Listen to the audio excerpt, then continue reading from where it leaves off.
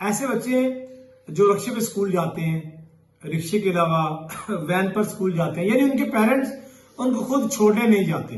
तो ऐसे पेरेंट्स के लिए मैं ये कहना चाहूंगा कि लाजमी तौर पर यह ख्याल करें कि आपके बच्चे जिस वैन पर जा रहे हैं, जिस रिक्शे पर जा रहे हैं, एक तो रिक्शों पर आप देखा होगा बच्चों का हजूम होता है, ऊपर नीचे पीछे आगे बैग्स पड़े और बच्चे जो है इस तरह लदे हुए हैं उस रिक्शे के ऊपर, जिस तरह ये आखिरी सफर है और इसके बाद दुनिया खत्म हो जाएगी। दुनिया से आखिरी सफर, अल्लाह माफ करे।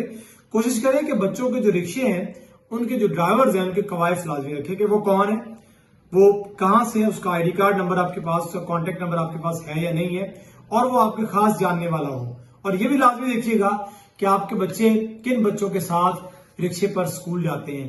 वैन पे अगर जाते हैं तो वैन का ड्राइवर कैसा है, बच्चे आपके कहाँ बैठ के जाते हैं, आपके बच्चों के साथ कौन कौन जाता है, कितना टाइम वो जब घर से निकलते हैं तो स्कूल जाने में कितना वक्त लगता है। इन तमाम चीजों के बारे में इंफॉर्मेशन और आगाही आपको जरूरी है।